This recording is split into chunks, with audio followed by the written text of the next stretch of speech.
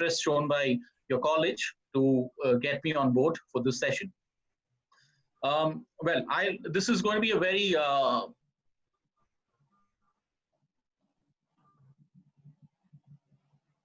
and I'm not sure how it is done otherwise, but I'm sure we could have an FAQ at the end of the session in terms of you all wanting to understand what kind of a career stream, what kind of a change in industry is going to come through, and whatever knowledge I have out of these readings and what have come through in these past few days, I'll be happy to share with.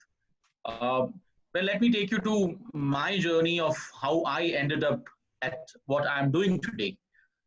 I come from a very, very small town of that's called as Palghat in Kerala, where I think at my generation, there would not have been a single person who would have been wanting to get into hoteliering as a business.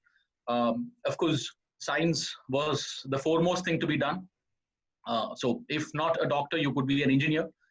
If not both of these, you could probably get into a CA or something so academic that you have to be so good at it. But for me, of course, these were also one of the options left out. But I was very forthcoming in terms of meeting people, in terms of interacting people, and I enjoyed food. I was never a good cook, but I could always enjoy food. I could have always appreciate it, and I always aspire to have a good life. So these were my I would say calling points to take up hotel management as a career. And when I took that up, we had the four majors that everybody does, which is F&B production, housekeeping, front office, and then F&B service. While I did all of this, I realized over a period of time that I was a jack of all trades, but not yet the master of anything, or not having able to identify this, because at your age, I wasn't very sure about what I would be doing once I finish off this. The first year, I would be more inclined to becoming a chef. By the second year, I would want to be in the front office, because that seemed to be, wearing the best of suits and smiling and meeting up people. F&B service, of course, because, bars were coming up in India at that point of time. It was getting onto that Western culture. So all of these things kept on transpiring. And then at my time, there was this new boom of IT that came out. So I passed out in 2001. And then this new boom of IT was coming on, wherein call centers were coming up left, right, and center. So most of the hoteliers started applying for call centers. They said, okay, this is easy buck, where you would earn a 2-month salary in 1 month if you work in a call center. So I would be lying if I say that I was also not, opting at that. So all of these things came across. And then I said, okay, fine, let me try the call center bit. And I left for Mumbai from Palghat in search of a job. So of course, communication skills was the only thing required if you wanted to be in a BPO industry at that point of time. And I took up a job to probably hone my skills and make it more American or British. So I had to get out of my mother tongue influence.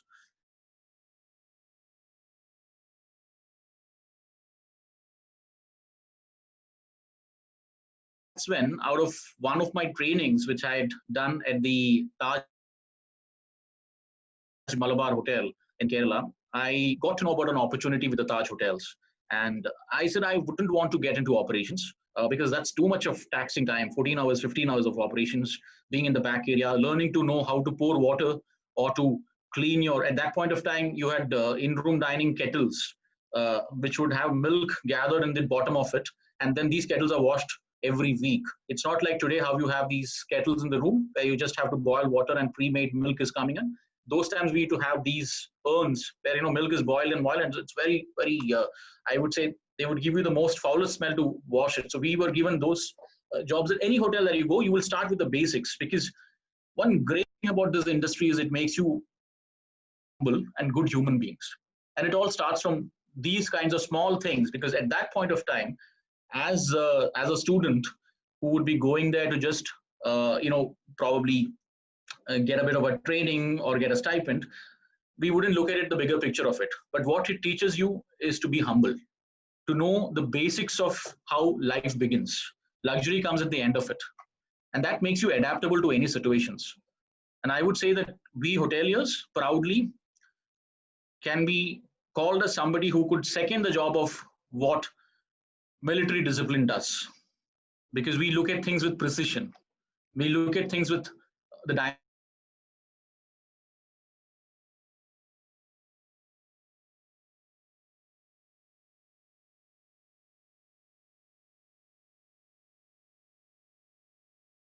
I left for Mumbai and started off working with a call center. And in a month's time, of course, I was lucky to be called for an interview. And they said, finally, okay, we will take you as a catering sales coordinator.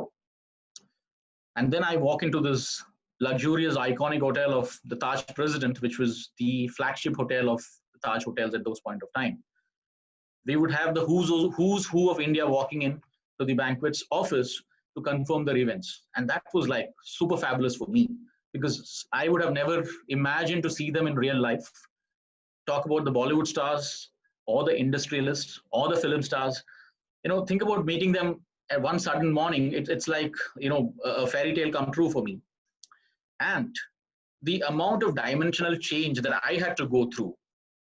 I was somebody who would only know a bit of French cuisine. I would know a bit of continental out of what you've learned from college, and what I would know is home style cooking. But then you are probably thrown into this ocean of culinary art, because we had some of the best chefs in the country working at that point of time in those days at the Taj, and even today, of course. Yeah.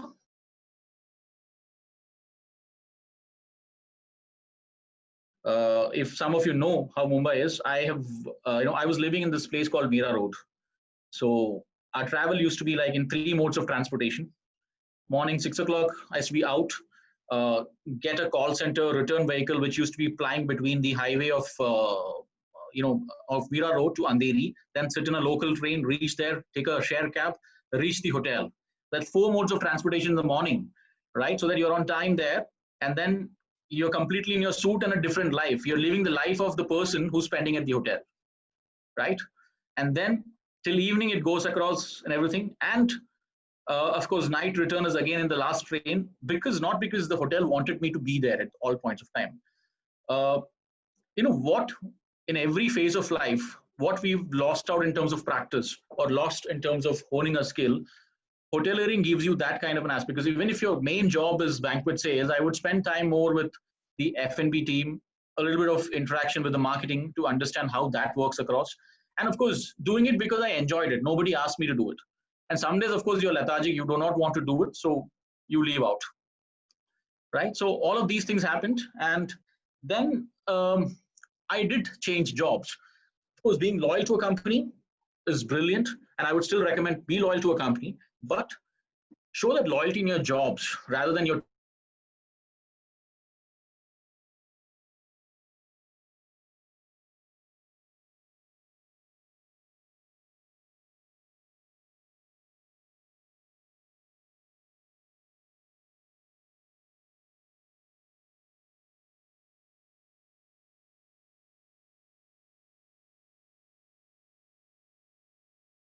I went into this, I would say, luxury and holiday market, which is Goa. And Goa at that point of time was booming because we had all kinds of business in Goa. There was a lot of inbound. Inbound is basically when charter flights are operated out of UK, out of other countries to come into India. They spend a long vacation here and then they go back. That is a specialized sales. So I had an opportunity of getting into that, and then worked about 5 wonderful years with the Hyatt. Then moved in back to another hotel in Goa, which was the Accor Group's Novotel hotels in Goa. And then let me cut it short to say how I landed up into operations or becoming a general manager now. Accor is one of those few companies who gives an equal opportunity in terms of growth and in terms of cross-dimensional functioning. Because many a times we are always taught that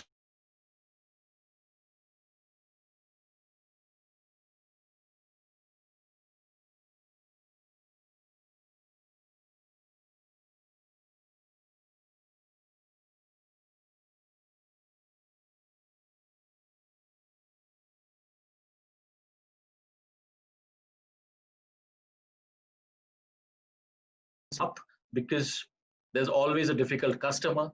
There's always a difficult employee situation. There are untimely manning hours. You are the problem master and the solution master for everything. So all of these pre-inhibited notions were there in me, and I never wanted to be a general manager, honestly. The first year, sales were doing good, things were happening wonderful for me. And then one of my mentors out of the company asked me, like, there is this opportunity of an IHMP program, which is an international hotel managers program. Accor is one of the very, very few companies in the world who has, many hotels have come up afterwards, but I'm talking about Accor doing this for a long time. There's a program called as International Hotel Managers Program. And if you get enrolled in that, then they give you an operational exposure and an expertise wherein when an opportunity comes across, in the span of about a couple of years, you're made ready for heading a property. Half-heartedly, I said, yes, let me try this out. And again, I was talking to my spouse and I said, I do not want to be a GM, but the company is offering me something like this. And should I take it, not take it? How do I say no to them? Because I'm happy doing what I'm doing, because I'm doing good. My sales numbers are great. There's nobody who would question me. My job is secure. But then this discussion came across and this thought came across to me that how do you make yourself recruitable after 5 years, after 10 years? Is one skill set enough for you? Is only knowing a front office background or only knowing what housekeeping does good enough for you after 10 years? Because the amount of pace at which the world is changing, the industry is changing, it is accelerating to such an amount that you need to be up the ground and know the game, or try and master that as early as possible. Syllabus, hotel, schools, everything teaches you one thing, which is your foundation. And from there, what you begin across is up to you. Nobody can guide you to that. So I said, okay, let me give it a try. And then, of course, if the results come, we'll think about it. Gave it a try. It happened. Not very excited. Of course, I was excited about winning and being a part of that minimal 12 people who were selected in that, from Asia Pacific amongst Accor. So I was very excited about it.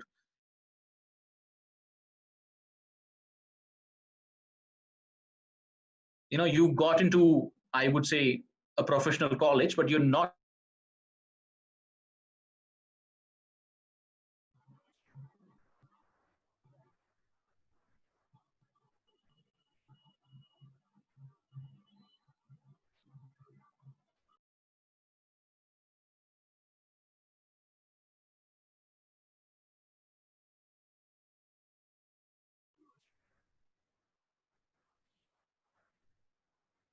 Sir, I guess because of some network issue, we must have lost you.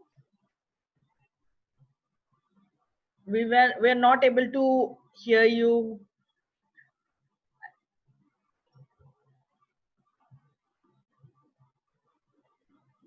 Hello? Yes, sir. Yes, sir. Okay. Sorry for that. I didn't realize it. Yes. So where did we end? About that 12 people were selected. Okay, and you have wonderful. to be part of it there. Okay, so all that happened, and then I was pretty much happy about getting selected for the program. But then I realized that it is not a big deal that I've achieved. There's a long, long way to go. I was happy again. I must re-emphasize that I was happy doing what I was doing, which was selling Goa hotels, because it was in the tip of my fingers, and I could just be relaxed as well as achieve results. And that's when another mentor for me. So when I say mentors, it's not that I had a mentor and I went into a company. It is mentors who came across during our interactions, during our work relationships, whom I consider mentors now, because I didn't realize when they were contributing to my career that they were mentors. But today when I look back, I understand that yes, these were my mentors of my career, right? So I was given an opportunity to take up a cluster role in terms of sales. So the point was that I was already into becoming a general manager. But again, there's this two dimension of again going into something related to sales. Should I do it or not? The good part of that, which I kind of found, was there were 7 hotels of Accor which I had to manage in terms of sales, which means that I have to work with 7 general managers. Imagine, general managers are complicated, complicated professionals. Many of us would agree, right? I have to deal with 7 of them. And then I had 5 owners, different types of owners, who are asset managers, who are owners, who are invested in the property. What more could I have asked for, but to take it up because that gave me a crash lesson in terms of what kind of characteristics I could choose as the best. How would you deal different kinds of owners? How would you understand the functioning of different types of hotels? One hotel was a business hotel, one was a budget hotel, the other one was having luxury dining facilities in it, the other one was a pre-opening hotel. So all of that garnered up, and then in about 2.5 years, again I felt that I'm saturated with what I'm doing right now. And I said, I think now I'm ready for a GM because I've kind of done everything that's possible. And you need to make yourself enhancing your skills. And this is the time that, okay, I could try out operations. And by that time, my fear of operations had kind of vanished because you had seen a greater deal of everything in life, right? So I took my time because I was never in a hurry to be a GM. So I could have tried this about 20 when I was, say, about 7 years back also.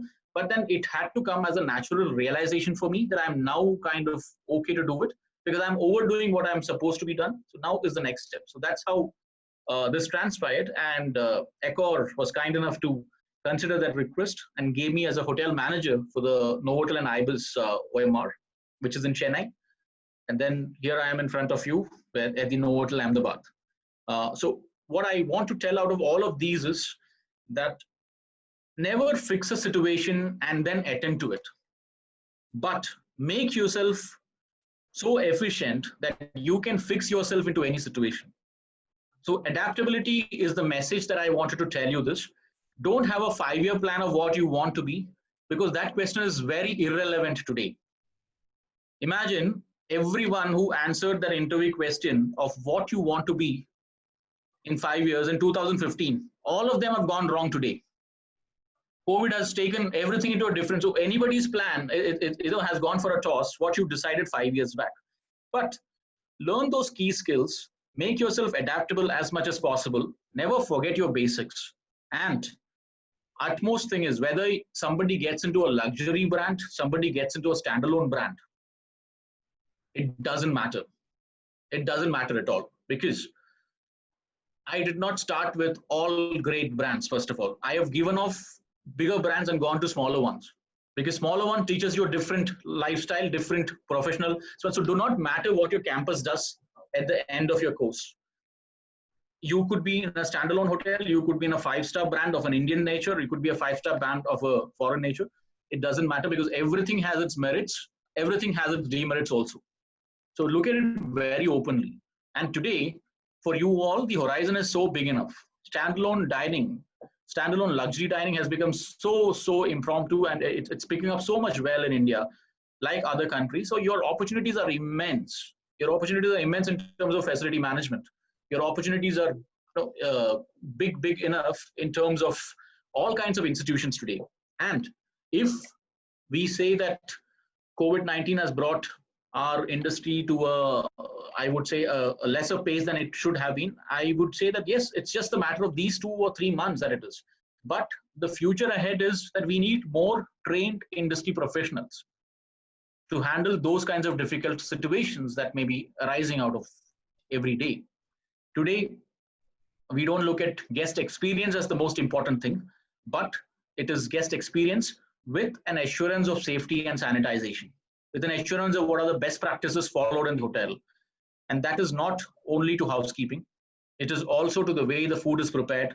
It is also to the way the security, welcomes your guest and gives him a feeling that he's entering a safe haven. It is also to the engineering team who fixes up things in terms of the air conditioning, in terms of the, the back areas, the AC circulation that happens in the hotel. So everything matters today. It matters more than it was ever. So I'm wanting to just reassure you and give you that good luck for what you're going to enter right now, because it's going to be a vast, better industry. Thank you, sir. That was really like a story to listen to. It was a story worth telling. So I would like to tell you that every year a core management training program, they come to our campus for placements. So this year also one of our student has been placed. So if you can tell our student little bit about Accor and Novotel as a brand, and what should they prepare, like which way should they work if they want to be selected and want to work with Accor in future? So the first answer to this is Accor is a company that accepts diversity in the best ways. So there is no one way that you can prepare because we want different people with different characteristics, right? Uh, so just for everyone to know, Accor is a French group and we operate about 40 brands across the world today with about 5,000 hotels. Novotel is one of the brands out of these 40 hotel brands that we open. So it starts with Raffles, Movenpick, uh, Mama Shelter, Sofitel, Sofitel, Fairmount, Grand Mercure. These are the luxury brands that Accor has. Then, of course, the Novotel, the mid-scale brands come across. Then we operate also the budget segments, which is the Ibis hotels. So the best part of being in a chain like this is you're widely recruitable because you've got 5,000 brands across the world. So you could fit into anything. And there are big and very, very common stories of somebody coming from Ibis, getting into a Novotel, from a Novotel going across to a Fairmount. And within India, we are about 50 plus hotels. So that's one part of it. Secondly, as I mentioned, we're a company that nurtures diversity in all its ways. So there's no one rule of it, but yes, the rule is simple that, as long as you can acquire your skills and be adaptable and be convenient and comfortable with change, because today the most important thing is multitasking. If you are a multitasker, you could survive, not only in Accor, in any company, because that's the skill that people look at. The levels of hierarchy are more flattened when it comes to Accor. And many companies are following that as a practice. The best part of this company is that everybody knows everyone. And that's the brilliant. I'm not talking about hotel knowing a GM. I mean, of course, hotel colleagues knowing a GM is a very common thing. I'm talking about the corporate office, the Asia Pacific office, people knowing each other. It's a very, very common thing in Accor. And it's nothing surprises.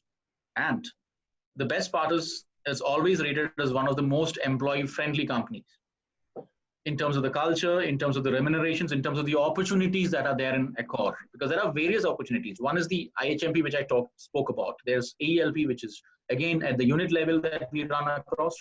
So from all stages of SPAN, there are opportunities for everyone to learn from in Accor. And secondly, Accor Academy, that's our online training portal. It's one of the most widely recognized ones in the hotel industry. So simple courses to courses such as, English for front office or English for housekeeping, English for engineering. Now, I'm not talking about specialized hotel courses of telling you which wine has to go across at what temperature. I'm talking about simple things which are daily requirements of a hotel industry. To the most complicated management or theoretical subjects are addressed there. So the one thing that we all would want is whenever you go across to an interview, not only with Accor, but in any company, it is that your attitude towards being adaptable, towards accepting change, and being knowledgeable, not just about hotel industry, but about the environment, about the business environment, about the industries that work across there. Because every time you're able to show that you're able to add value to your company, because you could bring in something to the top line, that gives you an upper edge. A very, very simple example is you say that, yes, I know the front office procedure because this is what was taught in my college. Plus, you could add up to this that, yes, and I know the skills of interacting with a guest to make the hotel get a good in whichever portal. Now, that's your edge over the others. When it comes across to a kitchen, I would say that, yes, you are specialized in an XYZ cuisine, but if you are able to convey the message to them that, yes, if I prepare say, egg Benedict, the eggs that we use in the hotel are coming from an organic farm, which is coming out of a farmer who's getting his fair trade price. Now, that's the edge that we all look at. So the more elaborate, the more you increase your reading, apart from the hoteliering books, that gives you an upper edge. And that gives you a wider perspective of how you should approach things. So this is my message to it. Okay, thank you very much. And I have got means the students can ask their questions. What you can do is that you can ask the questions directly, or you can send it to Mr. Ma'am and she will ask it for you. The question I have is that in this long years of experience, yes, in the industry, in the hospitality industry, what would you say that the attribute that the students need an attribute? Means they need what are the attributes that a student requires to be successful? First and foremost, I would say that you should have a guest-centric approach, because every hotel company lies down certain rules and procedures of how they conduct.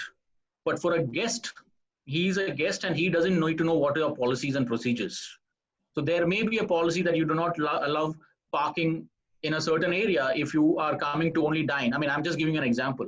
But for a guest, it is not a policy. He's paying you for that, right? So I would recommend that the first and the foremost thing is adaptability in terms of your approach and being a guest-centric person and being friendly, but being able to find a good balance between what are those rules, but what are those beneficiaries that you could balance it out. So first and foremost thing is that be open-minded to these changes. Second is, of course, common sense in plenty, because hoteliering is all about having common sense. So garner that across.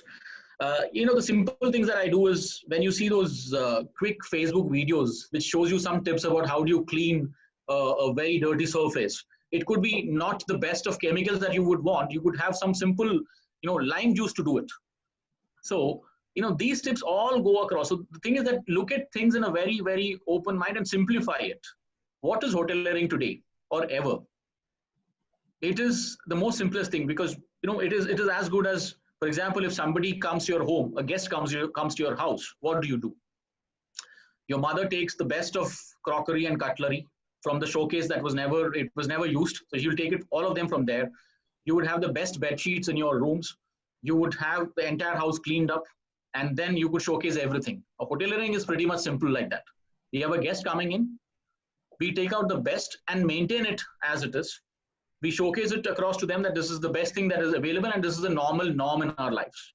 So hoteling is pretty much very simple to how you welcome a guest at home.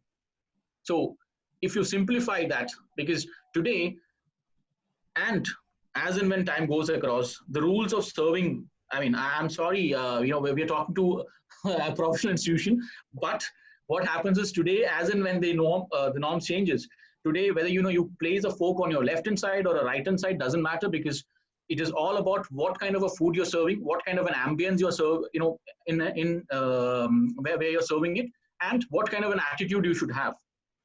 So a change in attitude, always being updated is what I would say, and being open-minded and having a guest-centric approach, because understand your existence is only because of your guest, nothing else. So that matters the most, sir. And another question before the students can jump in. Another question is, what has been the mantra of your success? Well, that's a difficult question, but honestly speaking, I did not have a mantra. It came across as situations bounded. As I said, personally for me, I've never had long-term plans of what I should be in 10 years or 15 years, but I would always look at the present and see that do my best in the present, so that I'm considered for the next role. So that confidence of what you're delivering every day is what I question myself at the evening. So when I plan my day in the morning, I have that set of things which I would have written the previous day, because I want a good sleep. So what I do is I write down everything. Even today now, my board has the things that I had written yesterday, so that I get a good sleep and I don't sleep over thinking about that. So in the morning, I just have a look at it and then I'm done with it. And while I manage, I avoid micromanaging to the maximum. And I would say that communication has been one of my mantras, because I simplify and tell them this is what is expected, and I keep a check of that later. So that's been one thing. And also a question in terms of what is it that I've been able to achieve or deliver, whether it's for personally or for the company every day. So that question keeps me going on. So that's been one of my successes, mantras. And of course, I've been humble. I must say that it's not because I've tried to be, or I say that I want to boast that I'm humble. Today also, I can go back to Mumbai and get into the most crowded local train, not missing it. So I've done this for years. So that's I think my success, because I can be with the masses and get into and be a very common man, not a general manager. So if today I say that I don't have my car, I can pick up a rickshaw and go. So if you can do that throughout your life, through the end of your career, whatever position you are in, that will take you places, and the rest will follow. Very true, sir. Very true. Good. So, so students, you now have heard Mr. Jay Sudhakaran, and the mantra is to be grounded, to be humble, and always look after your guest, because the guest is, because it is the reason of the guest. The guest is there, you are there. The guest is not there, you are not there. Very true. That's the basic facts. And so if you have got any questions, please shoot. Sir, I have a question for you.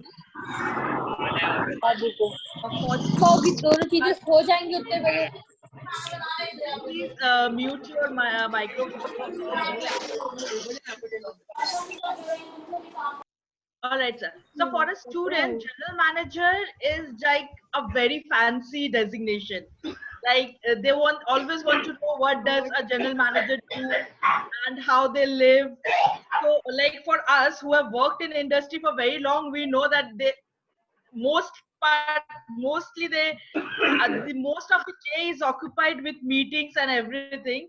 So sir, please walk us through a typical day as a general manager in a hotel, sir. What does a general manager do in a hotel on a regular day? Okay, so this was also part of our, one of the practical examination that we had when we had our International Hotel Managers Program from Accor. So this was one of our tests that was done. So I would tell you how my day goes across, and typically I match it across with what the standard norms are. I'm an early person because I'm from Mumbai. So, as I said, local trains and my timings have been always matched to that level from long time. In fact, when I started off in career. So, by about, the first thing that I kind of do is take a round of the hotel, right from the gate to the back areas, because that's where the heart is. The heart of the house is very important. It's about how your people will feel. So if I have a sad breakfast for my team in the morning, you can expect that the entire day that they would have and what they pass across to people would definitely be the same thing, right?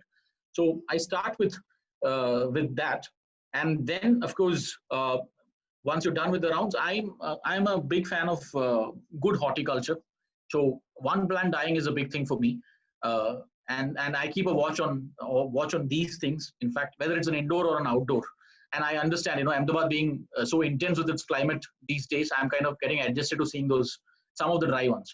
So that's been my pain point, which my team keeps telling me about.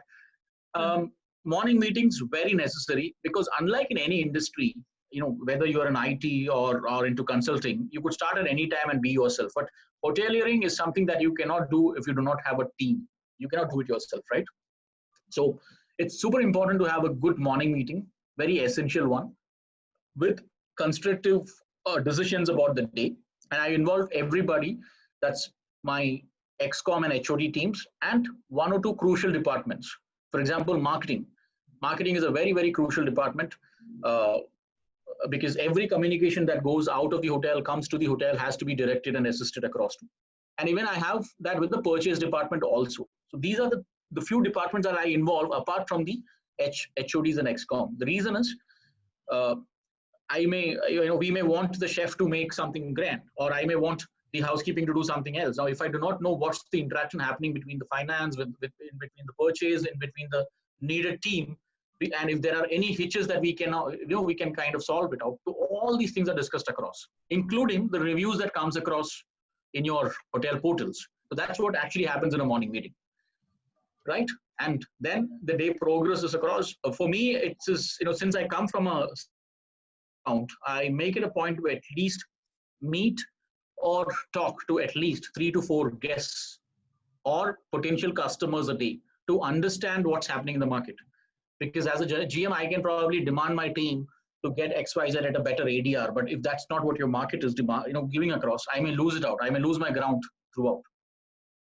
checking out your food layouts, your buffets, improvising it always, questioning it. People in the hotel industry are generally loving and they're very, very kind. And especially when it comes to a general manager. And if I order something, needless to say, you get the best of it. And they come across lovingly asking like, how is it being prepared? Did you like it? Chef has made something special for you. Now, one way of handling this is probably, being nice and saying that, yes, I love it. And the other way is probably, I would say, positively criticizing. Because if you do not do that, the same thing goes across to the client, right? So if something has an extra salt or not, I wouldn't do it when I was in a sales, job. But I do it today because now the role changes, right? So again, I'm telling you, the change in yourself is so important because if you want to get the best of your team, you have to keep changing. And a small thing, like for example, keeping a pot from this side to that side makes a big difference. Some kind of a change has to always be there. People feel that they are new. Hotel feels they are new. So, and then of course you have your, afternoon half with a lot of financial discussions in terms of maybe your business for the month, the year. You may have some licensing, issues that you may have to handle. You may have some bottom line issues where in terms of some annual contracts which would have gone across. So the day is, packed but interesting and full. And the best part is that none of your days will go as what you've planned. Be ready for that. You start with something, but you'll end with something else. I also make it a point to leave on time. And on time is about 7:30 for me. Because at least the dinner session has to be, initially looked after. And depends on everybody has a different style. Some of them are, till end. They start late, they go till end. So for me, it is a balance of all of these. Because as much as I would say that you would want to have work-life balance, it's always not possible, but it is not impossible. So if I cannot hit the gym in the morning, I at least make it a point that I make as many rounds in the hotel to see different parts of the hotel to see that my walking is done. So you could balance and bring out, so that's how generally what general managers do. They have a very normal life, though hotels have made it larger than life, but it's pretty simple. I still love dal roti at the end of the day. So that's how we are all made of. Thank you, sir. Sir, one of our student, Anwar, he has a question for you. Anwar, if you can ask the question, please. Good morning, sir. Good morning, Anwar. Hi, how are you? Yes, I am fine. Sir, I have a question that how would you see the growing hotel business after lockdown, after lockdown in Ahmedabad? I wish I had the exact answer for this, but definitely as what we are seeing today, right? Domestic travel, I'm not talking about in general Ahmedabad only, but what we foresee in terms of industry reports is that domestic travel will be what you could expect in this entire rest of the year. Of course, immediately after lockdown, things are not going to change across and be normal, but you would definitely see some kinds of business tractions as airline starts moving in. So the local business will start. What we foresee is airlines starting across will entice essential travel. Also, the people who are coming back to India, to the country where Air India and other airlines are starting off flights. Now they would have different sets of people, though they may land in Mumbai or Delhi, they may have their homes in Gujarat or in Rajasthan. So those kinds of travel will happen. And while we do not have a number, we expect that the Q3 will be a slow start, but yes, larger events may not. For example, you may not have larger banqueting events, but 10 to 12 people meetings may happen. We call it hybrid meetings because the essential 7 to 8 people may meet here, but they may relay this over a lease line to the rest of the world because so for example, 500 people meeting may not happen, but a 12 to 10 people may have a meeting in a hotel and then relay this across to the larger crowd.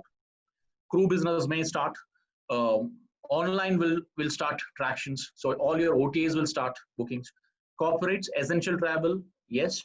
And also it would happen that, since people would be more, concerned about the safety and security, they may choose hotels for long stays rather than having an accommodation if it's one person or two people standing. So that's the kind of inquiry request that will come across over a period of time. And I think we can only talk about things. See, humans have a tendency to bounce back and they forget things very easily. So we expect that if things go fine by Q4, which is your October, November, December, you could see tractions happening. Social business, for example, weddings. Now, you could delay weddings, you could probably postpone it, but then they can't be kind of called off for all reasons, right? So that will still be happening. And I know, fortunately, all the Muhurat dates are falling towards the end of the year right now. So we expect those kinds of rebounds happening. And of course, home deliveries will happen from hotels. 5 stars, which never thought about it, will start doing it. Thank you, sir, for answering that. Next, another student has a question for you. That is Jamin. Jamin, please, if you can ask your question to sir. Jamin, you are not audible. Probably you could repeat the question. I can. We still are not able to hear you. Fix the microphone and we'll come back to you. Next question, sir. Sanchit Sahu has a question for you. Sanchit, if you can come and ask the question to sir. Sir, I have a question that what are the changes into the SOPs due to the COVID-19? Will it remain the same after it gets better in future? Sorry, I couldn't hear you, but if I may understand it correctly, it is that what are the SOPs post COVID-19 that hotels use, or is it going to be the same? Yes, sir. Yes, sir. Okay. Yes. So definitely not. SOPs are completely changing in hotels. While memorable stays are going to be the focus of it, it's going to be safe, sanitized, memorable stays. If you look at it, I could probably give you some examples of what happens when you send a guest car for pickup, right? Earlier, you used to have a driver. You would have 2 or 3 people sitting behind. Now it's going to be 2 people with a car. The driver has to have a mask. He cannot speak to the guest. He has to have a sanitizer with him. There has to be a curtain between the driver and the guest when they enter. The norms of how hotels check at the security when a car comes in. Now it's going to be all shown across with boards written across, and there will be minimum touch points. For example, at least for the first 2 to 3 months, hotels may defer from doing valet parking, because the more number of touch points, the more the issues are. We are also investigating in terms of what are the best ways of equipments that needs to be fixed across, in terms of sanitization, in terms of sanitizing your luggage and stuff like that. At all points of time, check-ins will happen with a 2-meter distance and from the front office counter. So there's going to be a pen, which is used pens for people to sign. There's going to be another basket with fresh pens. This is going to be recycled, going to be resanitized. There's going to be always 4 doctors available on call at all times. Temperature checks are happening. I'm not mentioned that, but yes, digital temperature checks happen for all of them. So the thumb rule is that every employee changes the mask and the gloves twice a day, depending on the number of guests. When a room is checked out, we try and see that we give the room to the next person only after a minimum of 10 to 15 hours. The reason is, first, there is a housekeeping associate who goes across in the complete PPE, which is your preventive measures, which is the HOSE. He sanitizes the complete room, threads out all the linen and dumps into the basket. Then after 4 hours is when the next person enters the room to take it out. And then every aspect, we work very closely with Diversey, which are the masters in terms of housekeeping. And hospital style housekeeping is what hotels are getting equipped to.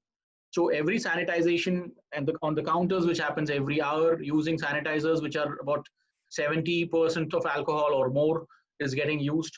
There are very, very specific norms of how in-room dining is going to happen. So buffets will be, for the time being, something that we'll have to give a backseat to. And even if there is a buffet, there has to be stuff that people can pick up with their cutleries or crockeries and not with the standard ladders, because the number of touch points are going to be reduced in a big way. So we're working on that.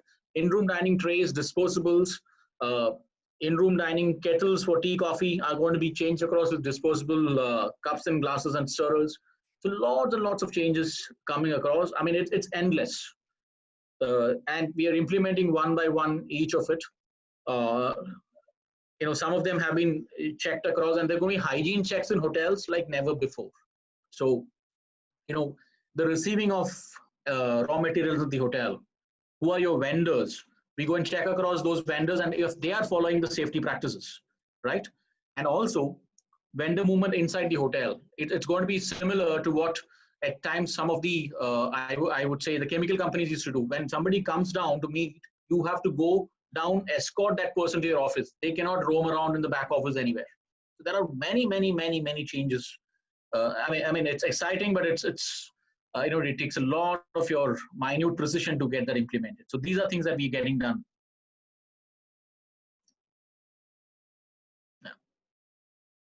Thank you for answering him. Jamin, are you able to fix your microphone? Yes, ma'am. You could probably Can you type on the chat. I think I can see that as well. Yes. Or you could message Tomishra and she can probably reach out.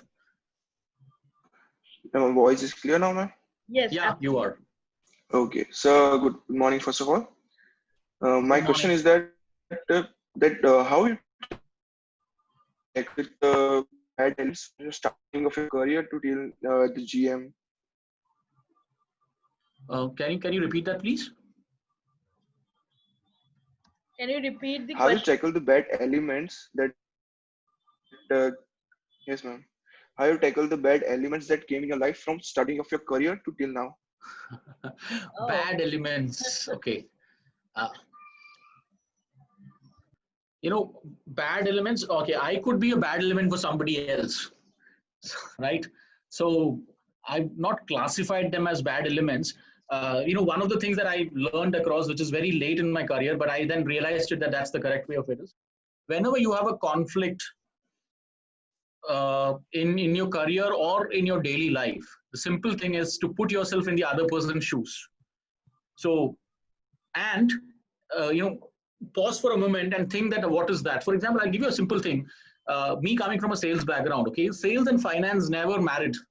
They were always on the toes because sales would bring in the business. Finance would say that don't get it till I get the 100% payment. The client would say that every company is giving me a bill to company. Why can't you give it? And then I would say that no, sir, my policy states that you have to give me 100% payment.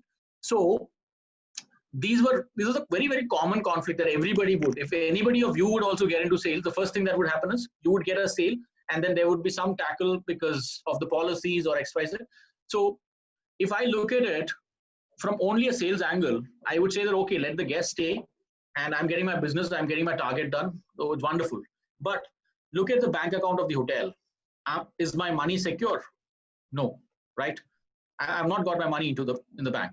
So the same thing applies in many things in our career. So when you talk about bad element, he or she is right in what he's doing because he's protecting the interest of the company.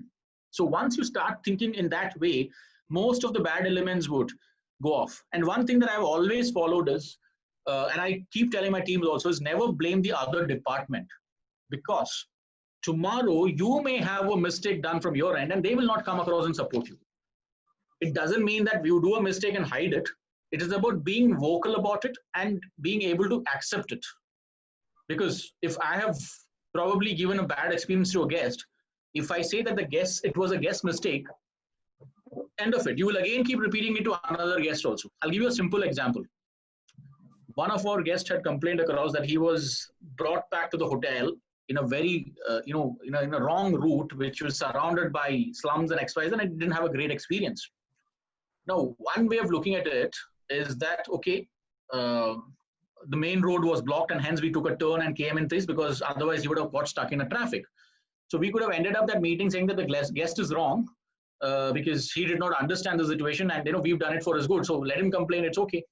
But the other way of looking at it across is, if the driver had informed the guest earlier that this route is going to be crowded and hence I'm going to take another route which is going to take you a little longer and it's not going to be very pleasant, but you will reach your destination safely. If that message was given across to the client a little earlier, he would not have come back to this complaint, right? So it is about looking at things in which way you want to look at it. Actually, I'm getting a lot of questions, but we are running short on time. So we'll take one last question that is from Meet. Meet, please ask the question to sir. Yes, ma'am. First of all, good morning, sir. This is Good morning. Meet. Yes, Meet. Hi. How are you? I'm good, sir. How are you? Very, very good. Tell me. So as we know, cash can be a major spreader of COVID-19. But in the other end, we require good amount of cash to run a hotel. So how industry will tackle that issue? Because most of the guests will prefer digital money after this. Yes. So as much as guest could be a transmitter of COVID-19, so are your employees, so your associates, so could be me, right? So how do we do it? First and foremost, every company has come out with their rules and regulations in terms of how we do it, and it's going to be evolving over a period of time because there is no fixed rule kind of right. But today, some of the practices that we do is, of course, every employee is registered into Arogya Setu, and so do we recommend to all our guests who are coming in. That's the first checkpoint. Secondly, when there is a guest inquiry that comes across to the hotel, government has also taken good initiatives of understanding and bifurcating hotels which are meant to be keeping guests for quarantine, who are meant to be giving guests who are COVID positive. There are hotels who do that also. So from the airport or from the entry point itself, they're directed to only those hotels. So the ones who are coming out from a different country, they're directed to only those hotels who are equipped or who have volunteered to equip themselves to, to catering to COVID positive patients or probably asymptomatic patients that we call today. The other one is at the entry point itself, of course, after your temperature check and all of these things are done, we also have a disclaimer form that is signed by the guest in terms of the countries that he has traveled or whether he has been unwell over a period of time and XYZ. And then what we do is for those guests, for any guest who is newly entering the hotel, for 7 to 10 days, we request them not to be stepping out of the hotel room.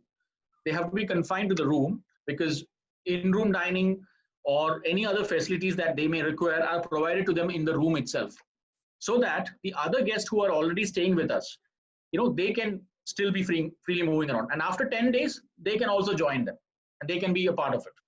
So this is a phase-wise thing that we do. So for example, we have about, some of the guests who have been staying with us for years. Now I cannot mix up guests from outside and them and together. So this has been done on a very, very phased manner. So, and guests are also these days very, very knowledgeable about how they should conduct themselves. They understand, and that's a good part of it. There's so much of awareness everywhere available. So these are the ways and means of doing it. And as I said, there are going to be many more, changes to this as and when we go across. There are going to be many, many more improvisations. So that's how it is. Thank you so much. Thank you. Thank you so much. Thank you, sir, for answering all the student questions. And there are a lot of questions, but we wouldn't keep you. So for students, what we will do is that we'll try once everything is sorted, and we will ask sir to visit us to the college, or we may go to Novotel and see sir personally, and then sort out the other questions that you have in your mind. Definitely. Happy to do that. Want to say? Sir, Mr. Sudhakaran, thank you very much for your wise talk, and we were honored to have you on this hospitality talk, and it was a great pleasure to have you. And as soon as the lockdown is lifted, things are coming back to normal. Hopefully everything goes well. I will be visiting you. I will be visiting Novotel and meeting up with you. Being new in the city myself, because I also joined in March. Okay. And so I did not have the opportunity to go out to the hotels to meet all the general managers and everyone. So I will be taking the opportunity. So thank you very much, sir, for coming, for being on the show. Thank you very much, and all the best to you, sir. Thank you so much. Thank you for inviting me for this. And we'll always be in touch, and I look forward to the same association that we've had before as well, stronger than ever. And students, my good wishes to all of you. Keep yourself safe, sound, and be positive about this industry. This industry has so much to offer, and you are in the best of hands. So enjoy this moment and take the best of it. Thank you so much. Thank you, sir. Thank you very much. Thank you. Thank you. Good day, sir. Same to you. See you.